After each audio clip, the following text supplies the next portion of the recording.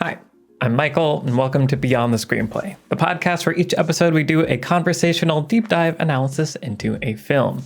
Today we are talking about The Banshees of Inisherin, written and directed by Martin McDonagh, the 2022 film, nominated for an Oscar, 9 Oscars in fact, which is part of why we're talking about it, 'tis the season, etc. I'm joined by the Beyond the Screenplay team, Trisha Rand. Hello, everyone. Brian Bittner. Hello, like.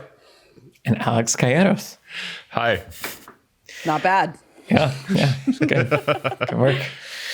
Okay, so this film, written and directed by Martin McDonagh, I have a relationship with this writer-director, which is that, you know how some things just like maybe aren't made for you and like that's okay? I feel like that's a little bit of like the relationship I've had with his films. And so I watched In Bruges, most of it, didn't want to finish it, so I stopped. So I haven't seen all of In Bruges, so that's setting us up.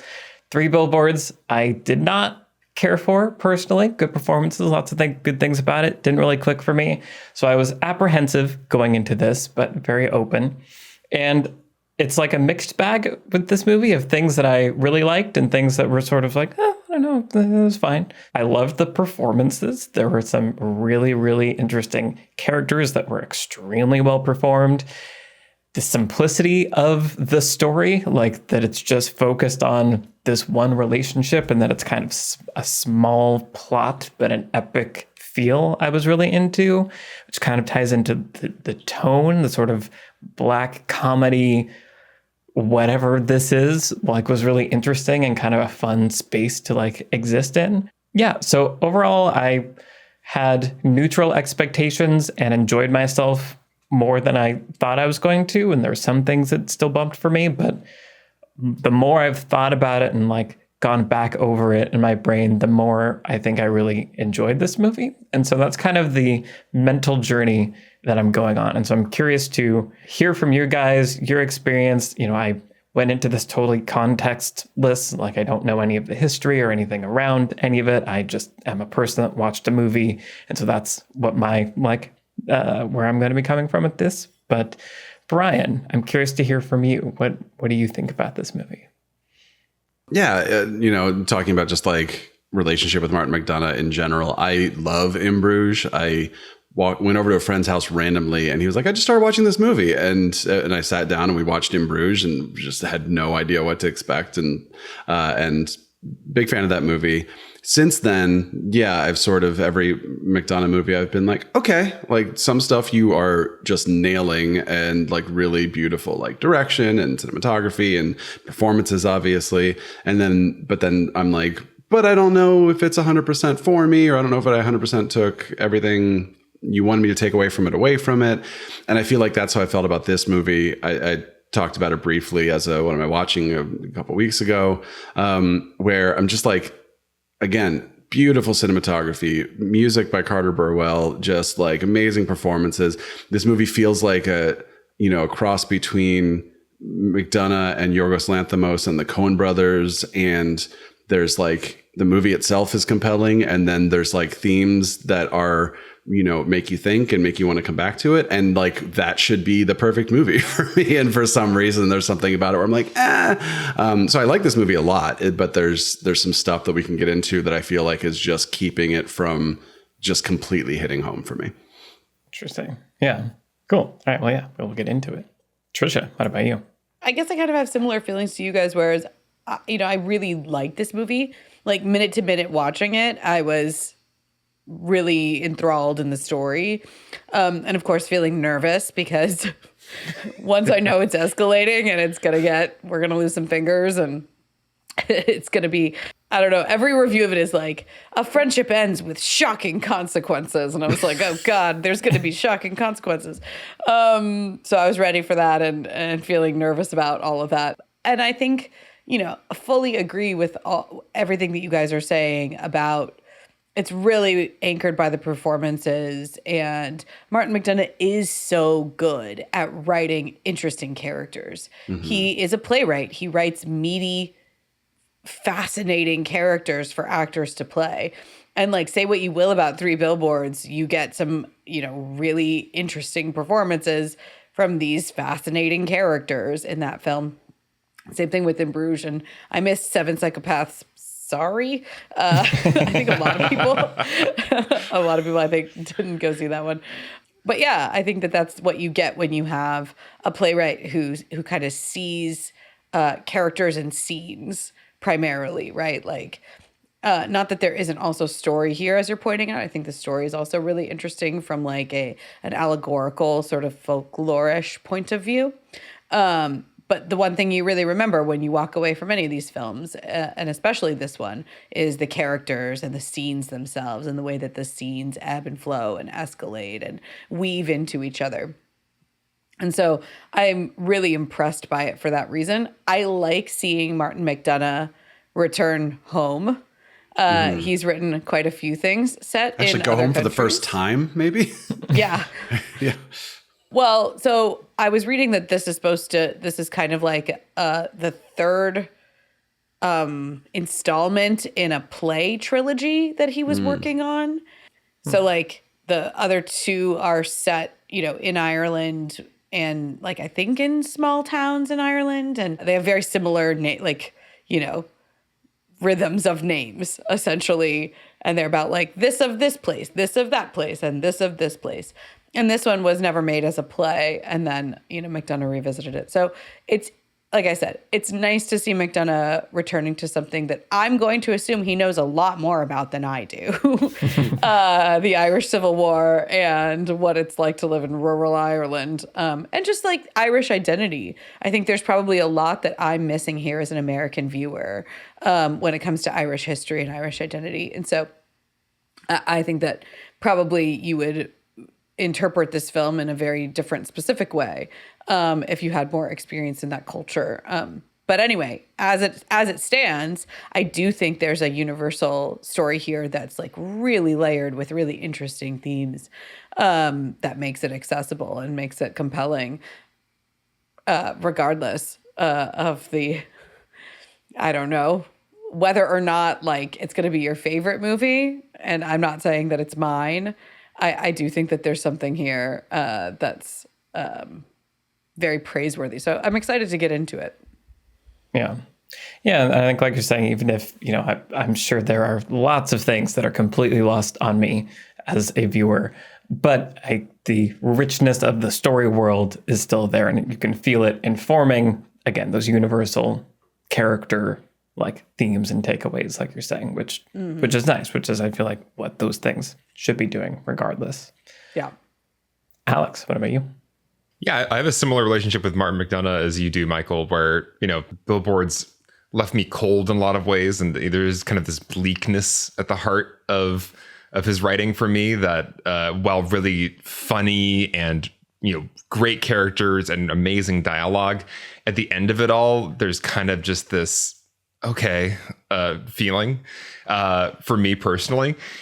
And I think in some ways it's a feeling that I like prefer in the theater, like in a play, like going to see a play version of this story would feel more satisfying, strangely, because in that theater space, the idea of this like small, almost allegorical 4-person drama done this way feels like what I'm there for. And if I'm left in this kind of strange state, that's like, oh, that's a good night at the theater. And that whole thing in its kind of oddity was like interesting food for thought and allegory, and it's a fable.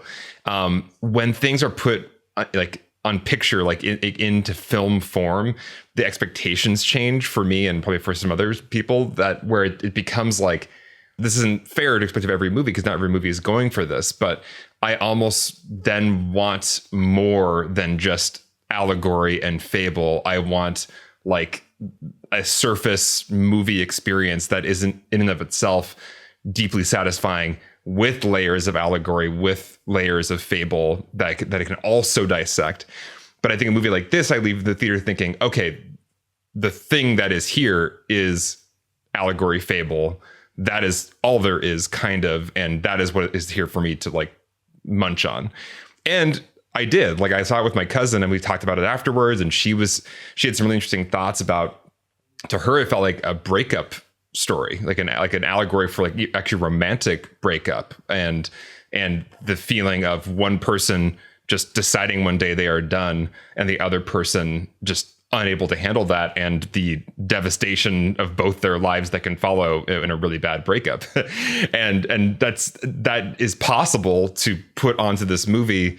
Nothing about Irish Civil War, nothing about Irish history that's possible to put into this movie because of how fable allegory it is. So all that is to say, I think it actually functions nicely as it is. I just personally like these kinds of stories in different spaces, than like the movie theater. And when I go to the movie theater, I kind of want more of like an emotional catharsis and satisfaction at the end. And his movies kind of deny me that. So yeah, that's my relationship with this movie and him in general as a screenwriter. Mm-hmm. It's interesting that you say that, because one of the first things that I said to the person that I watched this with was like, I could see this being like a play that is just like well established, like it's been performed a dozen times. Like you just go down to your local theater, your community theater is doing the Banshees of Inisherin, and like I could see it becoming, and some of the dialogue sequences and scenes too, becoming kind of that iconic where, different directors can dig into them. And different actors can kind of dig into them and play these characters slightly differently, and, stage it differently kind of thing. And it's got that kind of like, our towny kind of, I don't know, just sort of like theatrical richness where the play is about the text itself. Right. And the interpretation of the text itself.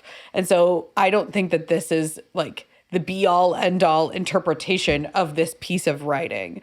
And I'm sure that, it wouldn't surprise me, I guess, if Martin McDonagh doesn't see it that way either, right? If he writes plays, and that is his background, he is a playwright, you can see, like, I'm not saying this is what's going to happen, but as you sit down to write something like this, you don't have necessarily like, well, the camera's going to go exactly in this place, and there's like this big cinematic reveal here, or there's this editing trick that I'm going to do, or whatever. Like, it's not necessarily, doesn't feel like it's being thought of in cinematic language. It feels like it's being thought of in kind of like playwright language, and where the text itself is the like sacred piece of writing here. Not to diminish the performances at all, or the direction, cinematography, like all of that stuff. Right. I just get that sense when I watch it of like, there's so much here that I could see this being done a million different ways and gleaning different things from it every time it's being revisited. Totally. That's interesting. Totally. Yeah, it's interesting to realize that this is a part of a play trilogy, as you were saying, Trisha, because I guess that probably means this is the first movie he didn't write completely as a movie. And I don't know if that's true or not, but there is something interesting that happens when a play gets adapted to film, like Proof or something like that, where it's like you can do movie stuff. You can be like, here's a score, here's scenery. This movie looks and feels like a movie, like a beautiful movie. But then it's sort of like there is this kind of a stakes thing or a scope thing or something where it's like the finale is like some characters say some words to each other and like, here we go. Now that's not what this movie is, obviously. Like things happen in this movie, but there is still kind of that very play sense where if like, I feel like if I'm watching it in a theater, I'm going, oh yeah, like the lines that they said to each other are really meaningful. Right. But then in a movie, you're like, there's something different. I can't put my finger on it. And we just talked about The Breakfast Club, right? Which is literally just like 5 people in a room talking, and plenty of movies do that fine. And that's another movie that uses cinema to be like, we can do editing, we can do music, we can do like cool things. But for whatever reason, like to me, that feels more like a movie, where this does feel like a play set to film. And that's not necessarily a bad thing. It just sort of expectations wise, it just kind of changes what's going on in your brain. Yeah.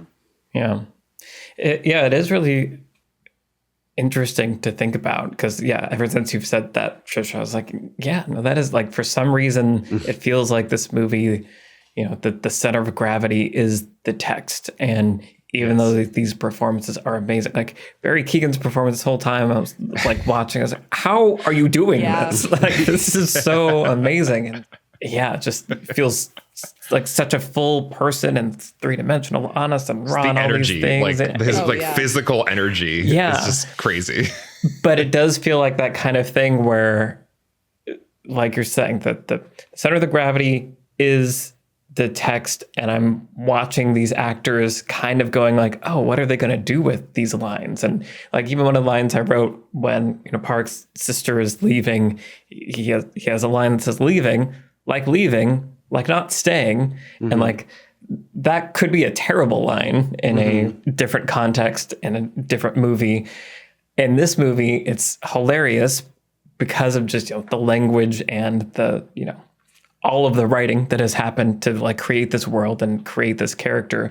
And also in the performance, watching Colin Farrell take a line like leaving, like not staying, and make it like this thing was like a microcosm of that experience. And ever since you've said that, I'm like, well, now I want to see other people do this. And like, I'm curious to see different takes on I want to see the story. Broadway version of this or whatever. Off Broadway. Yeah. But at the same time, I feel like it wasn't, I think it's in this in-between place where, like we're saying, there can be plays translated to film that feel like they're missing out on film language, or it's like, it's people talking in a room and we're just going to shoot it like people talking, but it's mostly just the play that you're watching, but with some editing. This doesn't feel like it's full film language in the driver's seat, but also doesn't feel like the film language was an afterthought. Like, it is existing in kind of this weird space where the composer of scenes and sequences and just the cinematography, location, like the setting, I think, gorgeous. is like huge. All of that feels critical to the experience and not kind of ancillary or kind of tacked on top of it, which is so it's a really unique mix of all these things, which is cool. I was reading that they actually filmed this on 2 different islands where like Colin Farrell's character, his house is like on a different island than actually Brendan Gleeson's character's house is. And so like there's this, and of course, so much of it takes place outdoors, it's in natural light. There's these huge wide open vistas around. It allows you to, shoot the sea and then across the sea where the war is going on and all of this stuff. And that would be lost in the theater, right? Like if you were going to watch it as like go down to, and see it as a play. And so I fully agree that like, I think there would be a really compelling version of this, or several hundred really compelling versions of this, were you to see it on a stage. But I love what the like scope of seeing it, in an actual natural environment brings to it. Like, if you were gonna do this as a play, there's like a little bit of a safety net. I think as when you were talking, Brian, that's what I was thinking, where it's like the climax is going to be characters saying words to each other because there's a safety net in a play where there's not going to be like 500 extras on stage and like the Civil War is going to come over here to this island and like there's going to be a battle on Inisherin. Like, I know that's not going to happen in a play, and I know that's not going to happen in this movie either. But at the same time, I don't feel safe when Colin Farrell is like, I'm going to come burn your house down and hope you're inside it. Like, doesn't make me feel safe. The scenes where it's interesting that the scenes with the violence in them, where Brendan Gleeson's character Calm has decided to cut off his fingers, none of that's like explicit on screen. But I also wouldn't say it like feels as safe as a play. It doesn't. There's a lot of sadness and death and things that are harder to capture and get intimately experience when you're watching them as a play. So I really respect that this is like, I would say it feels like a pandemic movie, which it was, right? It's like they were shooting this like kind of deep pandemic and safety. They're like, we're all outside and 6 feet apart and here it is. But you wouldn't necessarily know that. It feels like it's a perfect marriage of material and the actual approach to it as a film. Going back to the setting and just the atmosphere of it, I mean, that was what I really appreciated, seeing it in the theater and seeing it on film, not as a play. Just getting to soak in this environment and this time and this place, just like the richness of this, like these stone roads and the interiors of the homes. Like there's something just so pleasurable as an adult now who cares about like things like that and history, getting to like watch a movie that does the details right and cares to really paint a full picture of a time and place and let you just really simmer in that time and place and mood. And that is what this movie does that a play could not do, right. which I appreciate. I've been to this island actually, the Aran Islands, yeah, and it's gorgeous. I've been all over Ireland. I'm a huge Irophile, whatever it's called. Yeah, I mean, getting into the story itself, I think it's interesting. One of our patrons, Albert, he said McDonagh often opens his movies, this and 3 Billboards, with just like, here's the main conflict. Here we go. Like, here's what would normally be the inciting incident. I think in 3 Billboards, it works well because we understand immediately what the problem is. And it's like, oh, we care about this problem. This is a problem that it's hard not to care about. This movie is interesting because we don't see them as friends, right. And we don't sort of see any, justification we don't see the moment where Colm goes, you know what, I'm changing my mind about this relationship. We just don't even see the relationship at all.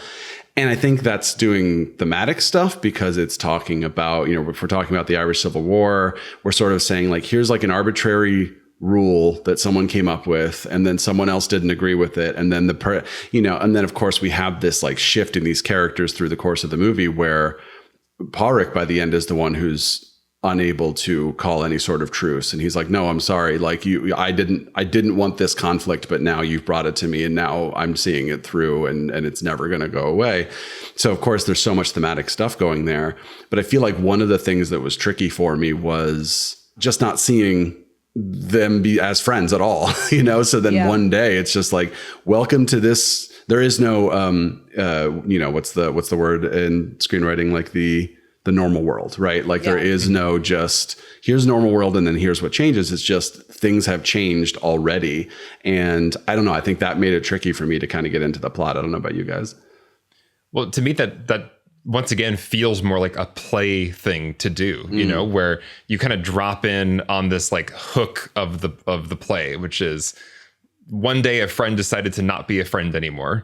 And it feels kind of big and big, but simple and almost, allegorical right out of the gate, rather than kind of like a realistic story about what happens to friendships. And so it just sets the stage for a really interesting tone because, it's not bothering to get us invested in their friendship. It's starting with the kind of big allegorical, strange event that doesn't really make sense in a normal world. No. It really worked for me. Like that was one of the things I noted was like, wow, inciting incident out the gate. And like, what a kind of a wacky like hook for a thing. Mm-hmm. And so it created a lot of questions. It made me lean in and want to know, like, were they rowing? Like now he doesn't know if they're rowing. I want to know if they're rowing. Who's rowing? It sounds like they're rowing. So it worked for me as far as pulling me in. I do feel like there was some loss of momentum then about 20 minutes into the film then where I was like, so is this the movie? Like, is it just, is this the movie? And I wasn't sure. And then it took another 15 minutes for it to confirm, okay, yes, this is the movie. This is what we will be watching. So it hooked me, but kind of fell off a little bit.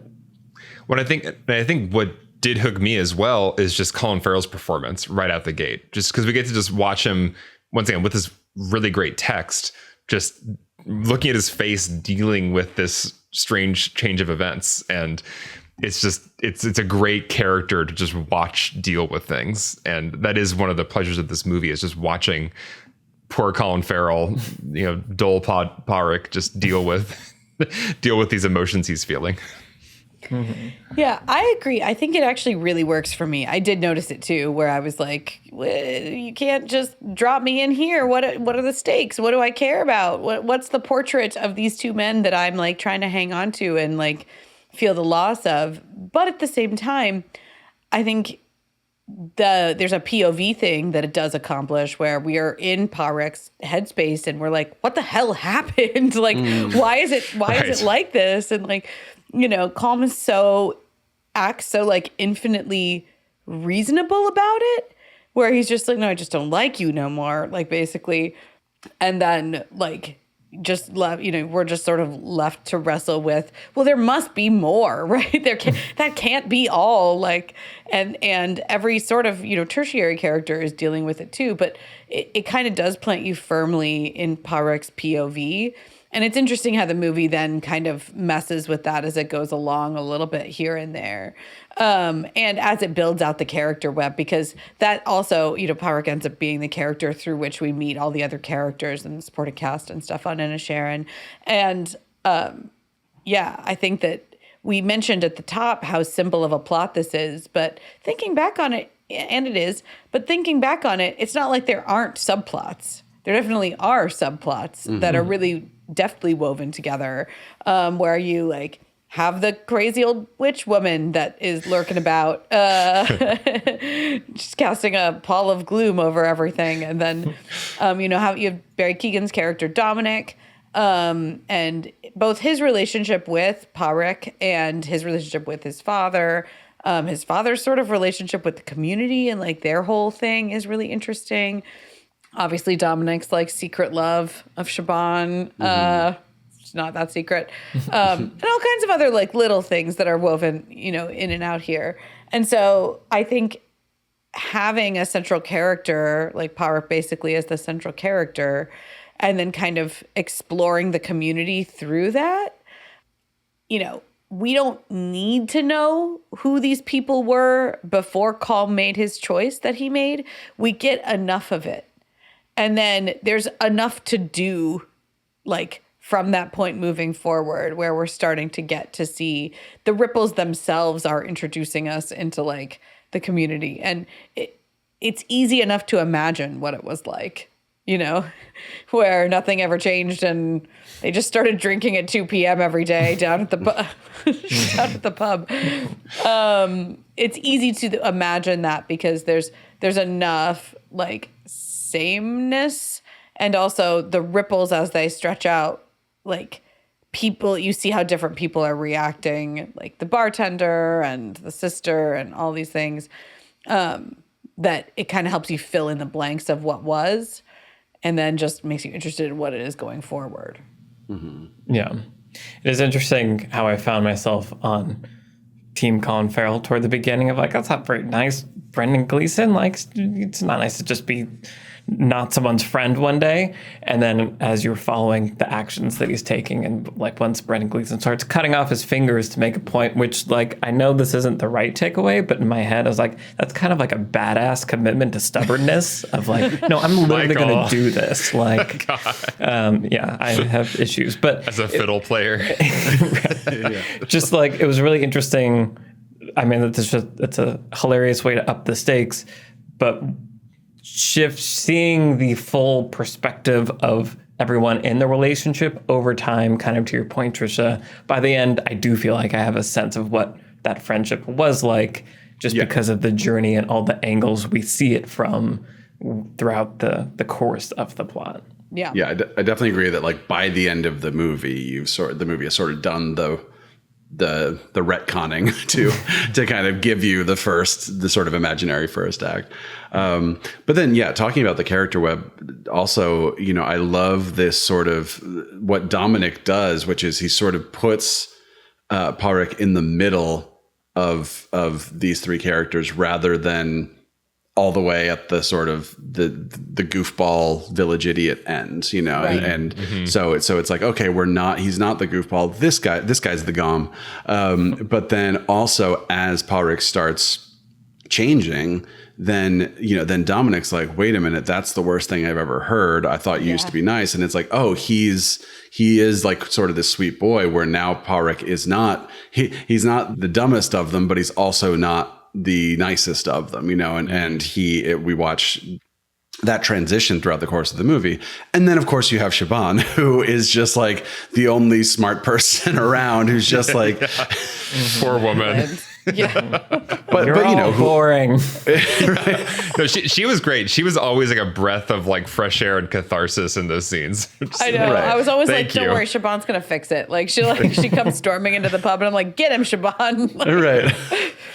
But then of course, like her, another one of our patrons, Christopher, mentioned just like, he calls it her escape from the island, right? Which is just like, the way to avoid this conflict is to just leave. Like that's a thing you can do. It may not be available for everybody, but even down to Pádraic at the end saying like, no, I'm not going to make that choice because I'm sort of stuck here in this conflict for the rest of eternity. But I love that she not only never sees any sense in the conflict, but also is just smart enough to just get out. Yeah. It reminds me of when we were talking about Reservoir Dogs, which was a Patreon exclusive that we did. We were kind of talking about how Tarantino's movies are almost always about men, or like some of his, especially that one, Reservoir Dogs. And like, they don't necessarily read as like a comment on masculinity more broadly, but they are about like male relationships within themselves. And this movie feels that way too. And it's nice to have Siobhan as like a counterpoint to that. But this is a movie about a male friendship and like what men in this particular time and culture, especially, but perhaps men more broadly, are willing to like endure or say to each other or, be to each other in a lot of ways. It's really interesting. And so I think having Siobhan be the character that's like, I can leave. Like, maybe none of you men on this island can leave. And you kind of get that hopelessness. I think the movie kind of ends on this, like, we're never moving on from this note. And of course, it's period film about the Irish Civil War. And, that's kind of the Pádraic's conclusion, right? Where he's like, I think they'll go on fighting forever and good. Like, I hope, they never move on, or some things you can't move on from. There's a character with an outside perspective, and it's kind of the only woman in the movie that's like, hey, I can leave. I can move on from this, even if you guys can't. And I think that's a really interesting, like, little aspect of the theme. Yeah, absolutely. And she is a stand-in for the Irish people who did leave right. During the war. And they said, like, we don't have a dog in this fight, or a donkey. But like and that's what that's or why a donkey. Yeah. Yeah. And that's why the East Coast of the United States has like a whole lot of big Irish population and stuff, because people just said, let's not be part of this. Let's get out of there. Yeah. Yeah. Good animal performances also. Yeah. Oh, Yes. incredible. Yeah.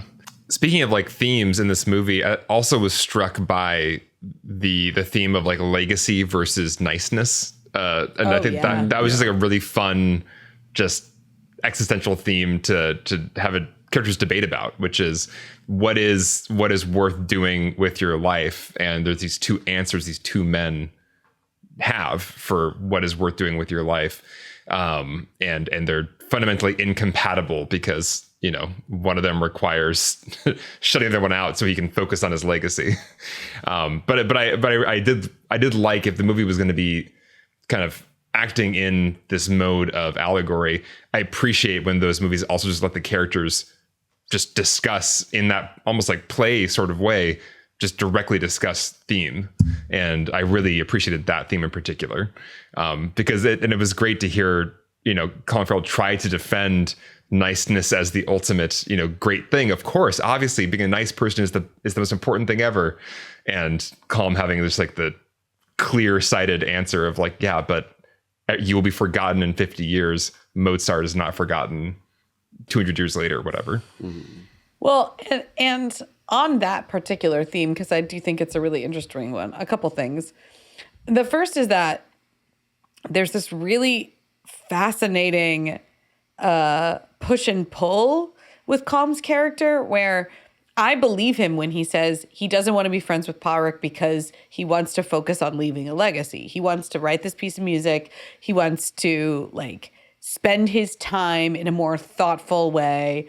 Like, you know, he's older than Pádraic is. Like, he can kind of see the end of his life maybe coming. And like, I believe him when he says that there's this sort of like existential weight on his shoulders.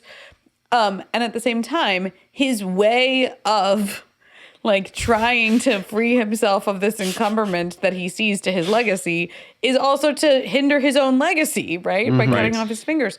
And so there's, again, I feel like I'm missing the Irishness of that metaphor maybe, or like the many dimensional aspects of it.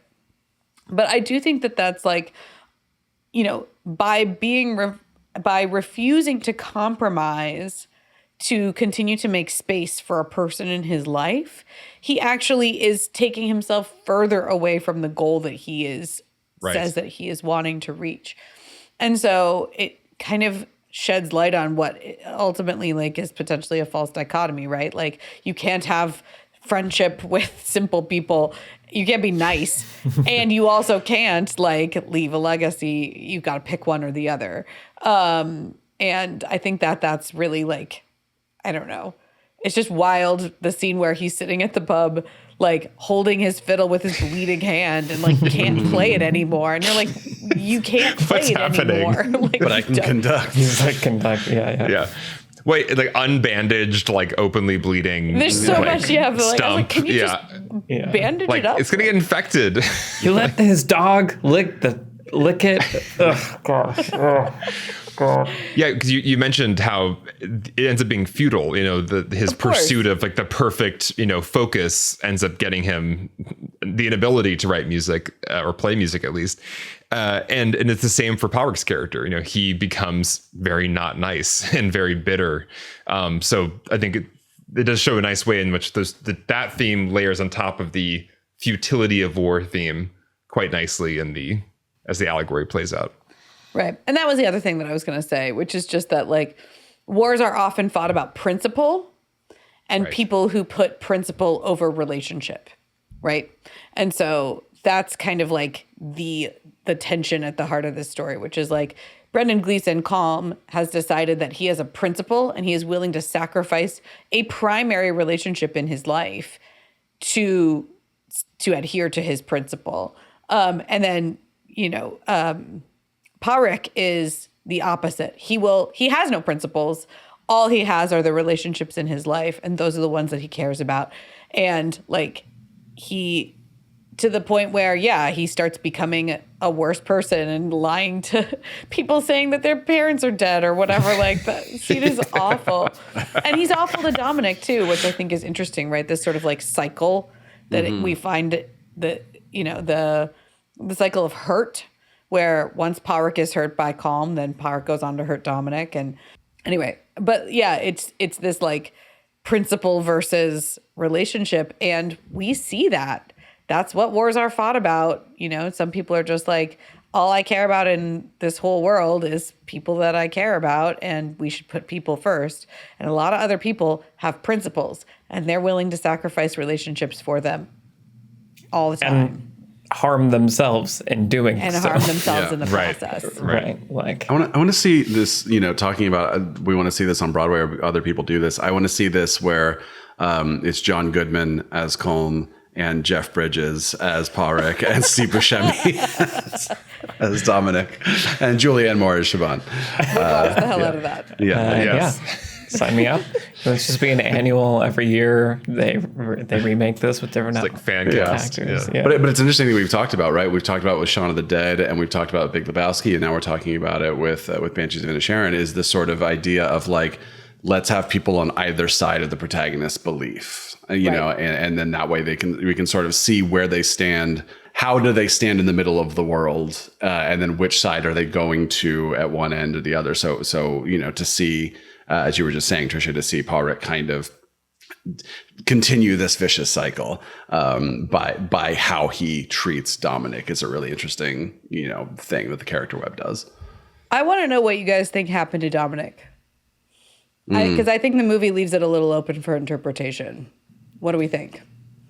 Isn't there like a line earlier about somebody like Walking into the lake, like something that sort of suggests like someone taking their own life by going into the lake? For some reason that was in my head as something. There's that scene in the post office. I don't remember the exact line, but maybe that is what it says. Yeah, I feel like there's something in the post office. There's some gossip about drowning, I thought. Yeah. That made me lean toward. He drowned. That's not the question I'm asking. Yeah, but I assumed suicide. Personally, just because of the way that his relationship is left with Pádraic, and then also with Siobhan and his father. It's like, who does he have left on this island? The expression on his father's face, I think, is readable in a couple different ways. But there's also like, I don't know. I think that's the kind of thing where I could see a director taking this and making it their own and being like, right. Oh, this was an escalation and the father has finally killed him. Or like, this was truly like some kind of cosmic accident type of deal where, it's interesting. The moment where Siobhan leaves and she looks back at the cliff and she can see Pádraic standing there and she waves at him. And then we get a view from the side of the cliff where we see Pádraic in the foreground, and then there's another figure behind him on the cliff edge in the background that's out of focus, which I assume is this witch woman who just kind of lurks about, but we don't actually see that person in focus ever. So I wondered too, I was like, who is that? Is that another implication that it could have been Dominic maybe watching Siobhan leaving, or who knows? Yeah. By the way, I loved the witch woman, Mrs. McCormick. Like just that actor, her face was just so perfect. Her kind of glee at the mishap, the like misfortune of others. And she's one of the last people we see in the movie too. Yeah. Yeah. Also, PSA, if you Google Mrs. McCormick, you get pictures of Kenny's mom from South Park. You have to be more specific. Nice. Yeah. Yeah. Okay. Well, so I think we're in agreement that people should start, remaking this, doing their own takes. Somebody call Baz Luhrmann, get him on this. Perfect. Why don't we go around and say what lessons we're going to take from Banshees of Inisherin? Alex, do you want to start? Sure. Well, one thing you definitely cannot do on stage easily is have animals in your show. And I think one thing that really this movie benefits from is the use of animals. And I think there's something just kind of beautiful about the way that animals are shot and used in this movie as these other presences in scenes, and kind of they're outside of the human conflict in kind of a lovely way. And then, of course, Jenny plays a pivotal role in the kind of crisis for Pádraic's character. And I think it is kind of cheat codes, in a movie to have a sweet animal that is loyal and loving, and to kill that animal is way worse than ever killing a person in a movie, in my opinion. Sure. And I think, just the smart use of animals in a story like this goes a long way to like creating the emotional stakes that are quite believable. That, killing a donkey sounds kind of like silly on paper, but there's enough moments throughout this movie of just kind of like a sweetness shared between the donkey and Pádraic that, like, by the time that event happens, like, we are with him in his there's no going back because you killed Jenny. Yeah.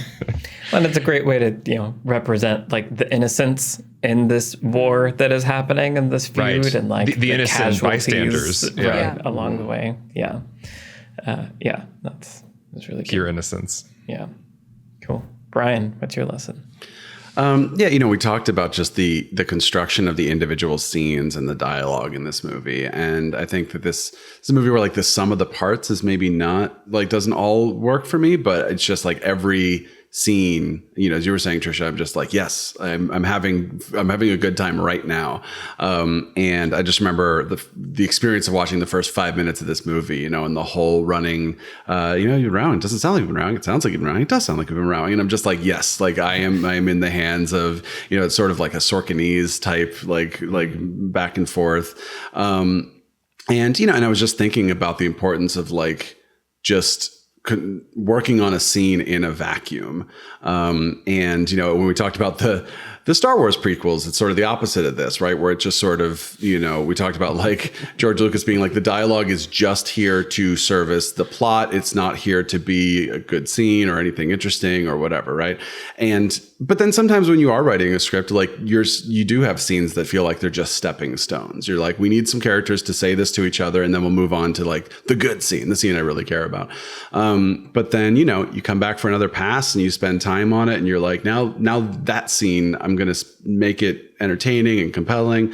And then you spend more time on it. You're like, now that like the dialogue is going to have kind of weight and rhythm to it, and I'm going to really like make it, you know, it doesn't all have to be snappy snorking dialogue, obviously, but just like kind of crafting it to the point where you feel like it's the best you can do.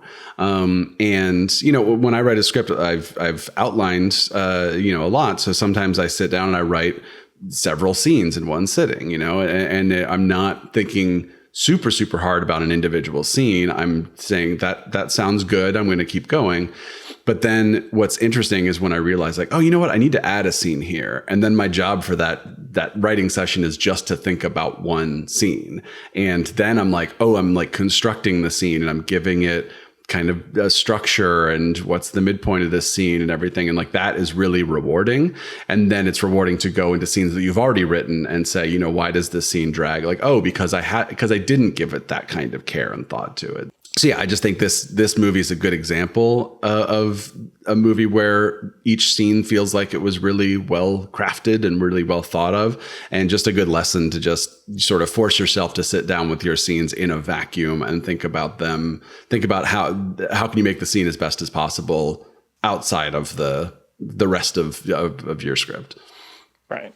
Yeah, because it needs to be entertaining on its own and part of the whole all at once. And that kind of ties into my lesson, actually. So one of our patrons, Karidi Vanda V, I think, I'm probably saying your name wrong, I apologize, but brought up that they did a Hollywood Reporter roundtable with, you know, all the nominated screenwriters. And there's a section where they're talking about like outlining, and apparently Martin McDonagh doesn't outline, or at least didn't with this, and just sort of like goes where the story takes him, like understands the characters, understands the conflict, and then just kind of goes.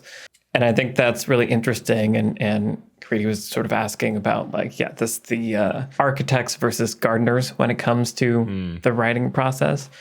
And this was really interesting to think about for me, because we didn't talk about structure a ton in this episode, other than sort of the inciting incident being peculiar and like the pros and cons of that.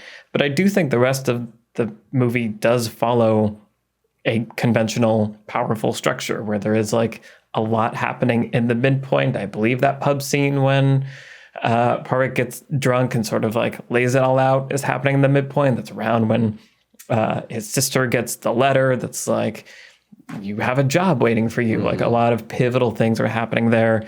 There's a very clear all hope is lost crisis like moment for Parvik when all the fingers have been cut off and Jenny's dead and his sister is gone. Like the broad strokes of a conventional structure are all there. And so I think it points to, and this is kind of, I think was part of what you were saying too, Brian, it's like I think there are lots of different ways to get at a compelling narrative flow. And I think it's the important part is that you get there, but I think how you get there can be unique to each individual. And so I think I say this all the time, and this is, structure, blah, blah, blah, blah. But I think it's important to remember that, the gardening method works as long as you end up with a good story. Like just doing it one way doesn't mean you've made a good story, and just doing a structure doesn't mean you've created a compelling story that anyone cares about or is emotionally invested in. So it's ultimately about like where you get with these things, not necessarily where you come from. Maybe you need to put a trellis in your garden for the plants to climb onto. See? This is great. Yeah. A little bit of structure. This is beautiful. Exactly. It's too much metaphor this episode. No, I just want to add to that. My answer anytime someone says like, oh, do you start with music or lyrics or structure or, dialogue or character or themes? It's like, start wherever you want. Just know that you're going to have to do it all eventually, and I think that people think if Martin McDonagh says, I don't outline, I just start writing, people think that means your movie doesn't need structure. It's like, no, it does. And he got there. He got a movie with a solid structure.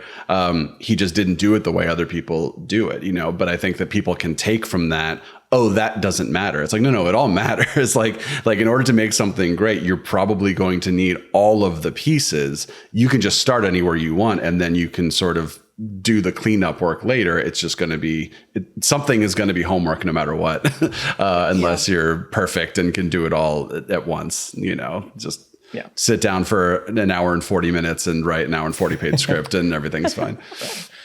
Just like when George Lucas wrote, I'm a senator, you're a Jedi. I will not give into this. But maybe Martin McDonagh with this cast could make that line be good. Right? That's true. With a great Irish accent. Yeah. I don't like sand. It's coarse. It gets everywhere. I already like it 100 times more. Don't make me kill you.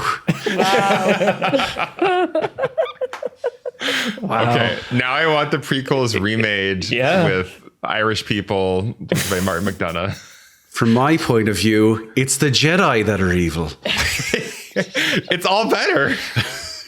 We didn't even get into the tone, but I think you're hitting on something here with the tone. But yeah, anyway, my lesson has to do with a scene that actually would be very hard to interpret on stage, which is the one where Pádraic confronts Dominic's father at the busybodies mail post office, whatever. And then he gets the crap kicked out of him. And then Calm comes and helps him up. And it's in the first half of the second act. It might even be actually at the break into 2. It's pretty early on. And I think it's such a beautiful scene because it ends up, being dialogueless.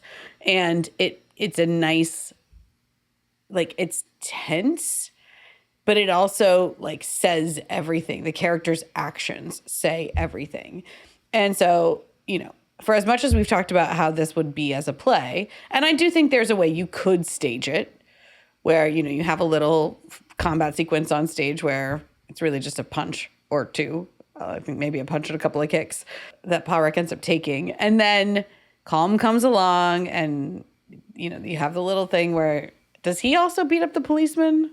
He punches the policeman or something? Later. No, he just picks up.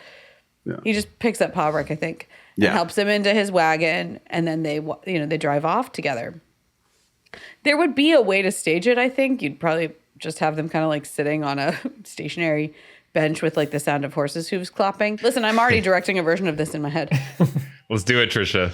Let's do it. But you would lose something here, right? There's this beautiful tension to that scene where you wonder if Pádraic is going to say anything, but when he starts to cry, you realize he's not. And he just is feeling the loss of this companionship, of this friendship.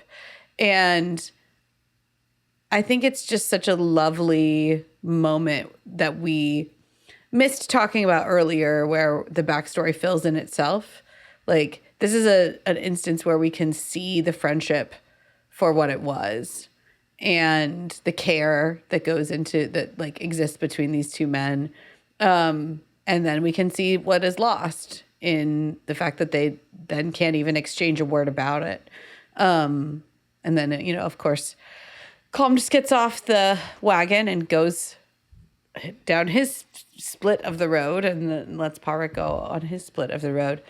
And so, I think it's just a good lesson in a non-dialogue scene. No matter how talky your play is, finding action in a visual way to communicate volumes. That's a really good scene to study. Yeah. I feel like when it's too quiet in plays, I get uncomfortable. Like, I feel like silence works well in film, but like silence in a theater, it's like... It's a packed house. There's a lot of ambient sound. Cough, and then I don't know, I get... Live performances stress me out. It's a good lesson, though. I also just realized, like, we don't need to look very far to figure out who the cast will be of our version of this play, starring 3 men and 1 woman. Like, we're good. Next episode. Stay tuned. But who is who? Our reading of the Banshees of Inisherin. I mean, I want to be Colm and Dominic, so I don't know. Listeners, patrons, send us your castings. Cast us. Yeah. Send us your castings on Twitter and Discord. Why? And cast a gender blind. Why not? I was gonna say, yeah. I think Trish would be a good Dominic. Thank you. There goes that dream. I want to be the sister. Okay, cool. Well, why don't we go around and say what else we've been watching? But first, we can announce our next episode, which is going to be us talking about our favorite films of the 1980s. That decade. Ye old 1980s. Michael promises to have seen at least 10 by then. Yeah, I'm almost... Get started. I'm almost there. I've almost found 10 films. Wow. Working on it. These are Michael's 10 films of the 80s that he has seen. Right. That is my list. And then everyone else, that'll be their favorites of the 80s. Yeah. Not the de facto favorites. Alex, what have you been watching recently? So I watched Megan, the latest Blumhouse. The Murder Doll movie. Murder Doll movie. Yeah. Threegan. Mithrigan, we have the kind of weirdly 3-shaped E in her name for some reason. Because she's electronic, I guess. I don't know. Anyway, but it was what you want from just a mid-budget Blumhouse, just fun popcorn flick. And it did the great horror movie thing of just being very on theme the whole time. Very much about the theme of all the anxieties about parenting right now and kids and devices and kids and electronics and screen time. Very much tapping into all of those anxieties in just a pretty off the walls, fun, Chucky kind of movie with a really disconcerting, small, like child-sized doll. So robot doll. So yeah, it's a really good time. If you're looking for that experience, that just kind of good solid Blumhouse movie, it is that, and it's a good time. Okay, is that Allison Williams? Allison Williams. Oh, that's creepy already. That's great. Okay. Trisha, what have you been watching recently? So I caught a new film that is on your Netflix. It is a new adaptation of the D.H. Lawrence novel, Lady Chatterley's Lover. I would put it carefully or solidly in this genre that I call a bodice ripper. Which is the trailer looked really sexy. Ooh, it is very explicit. I love a good modern bodice ripper because you used to not actually be able to show anything in a bodice ripper. It all had to be implied, but now it's like this is all very explicit. But I really liked it. It works for me. I read the novel like ages ago, but I just like this kind of movie. It's just like a period romance movie, and it's moody, and it's kind of about, almost always it's about like women like trying to find meaning and liberation in their own way from like really traditional systems that they're trapped in. And I don't want to spoil anything, I guess, but where it goes is kind of not where I was expecting. A lot of these movies end in like deep, deep tragedy. And this one actually doesn't, in a way that I really appreciated. And yeah, it's a good adaptation of this book. And if you like a good, sexy romance novel from, with lots of beautiful costumes and people with somewhat suppressed longing that then becomes very, very explicit sex scenes, then Lady Chatterley's Lover is for you. So yeah, I really enjoyed it. I highly recommend it. And it stars what's her name from Crown season 4. Yes, Princess Di. Emma Corrin and Jack O'Connell are the two leads in it. But yeah. Nice.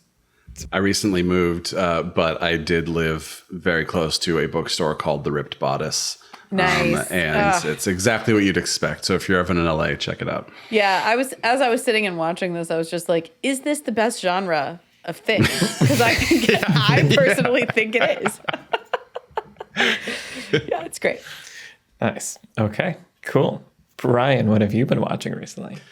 I watched another 2022 film called Brian and Charles, which is this bizarre British mockumentary about a guy named Brian in rural Wales who fancies himself as an inventor, but he's really just kind of a mess. He invents a flying bicycle, and 2 seconds later, it's just on fire. But then one day he invents a robot, and it works. And the robot names himself Charles Petrescu, and they become best friends. That's what this movie is. Okay. I guess these two guys have actually played these characters in short films and like radio before, and he's played this character Brian on like Ricky Gervais's Afterlife show and stuff. But this is the first time they kind of brought it to a movie, and it's just this weird, sweet movie that's sort of a meditation on having a child, but also a best friend or a partner, just sort of all the ups and downs of like having someone you care about who is, maybe sometimes growing apart from you. And it just charmed me to no end. It's like very simple. It's a very simple story, but I was just with it the whole time. And maybe it's because my name, but the way that the robot says Brian, it just warmed my heart every time. So I highly recommend Brian and Charles. You are my friend, Brian. Cute. Nice. Cool. I rewatched True Detective season 1 recently. And then I was doing that kind of solo. And then my partner was like, what the hell? You watched it without me? I want to watch it. And then I was like, okay, let's watch it again. And so we watched it again. So I watched True Detective season 1 twice very recently. And Banshees of Inisherin. So you're just in a great mood. Well, and that's, I don't know. Yeah. For some reason, True Detective season 1 is like my comfort food. Like I've seen this. Like 7. Yeah, like I've seen this 6 times, I'm pretty sure, like start to finish. Wowzers. It's really, really good. And this time I was paying attention to just like the structure of it. And I really like nonlinear storytelling. And I feel like season 1 does this really cool thing where, you have these narrators narrating in the past, but it's also setting up, what's going to happen, maybe not in the past. I don't want to do spoilers, but the way that they give questions to you, there's like there's a ton of questions about like what's going to happen and wait, what happened between, like you're both wondering what will happen and what did happen and what is happening all at once, and then they give you the answers like the beat before you expect them, but with that answer comes another question, so you're just constantly like trying to like grab a hold of all this, and all the while Matthew McConaughey is being nihilistic in the most beautiful way. Just listening to him talk about time being a flat circle. We should talk about it sometime. Mm-hmm. Yeah, we should. I would love to. Let's do it. Yeah. So anyway, you won't have to rewatch it, but you may want to anyway. But I will. Yes. Anyways, True Detective. Good show. Nice. Yeah. Awesome. Okay. Well, this has been our conversation about Banshees of Inisherin. I feel like we went to some cool places. I feel like I like this movie more now, having thought about it and talked about it. Yeah, to the point where we'll see what happens at the Oscars. Indeed, we will. I feel like this has got to get some performance wins. Yeah, I would think so. Sure. Yeah. Supporting, all 4 of the central characters are nominated. Yeah, and that's usually a good sign. Somebody did something right somewhere. Excellent. Thank you to our patrons for making this show possible. If you want to help us make more episodes, head to the Beyond the Screenplay Patreon. The link is in the show notes. Thank you to our producer, Vince Major, our editors, Donovan Bullen, Caleb Berg, Graham Harther, and Eric Schneider. I'm Michael Tucker, and I've been joined today by Trisha Rand, Brian Bittner, and Alex Calleros. All of our Twitter handles in the show notes. Send us a tweet. Tell us who you would cast in the remake of this, starring us. The live show. Yes. Or any you're going to direct it in a major theater in your town or whatever. Like, who do you cast? Sure. Dreamcast. That's what I want to know. Doesn't have to be us. It could be us with other people too. Yeah. Holding our own against, Angela Bassett or whatever. And we will see you in the next episode for our discussion of our favorite films of the 80s. Bye, everybody. Bye-bye, so. Bye.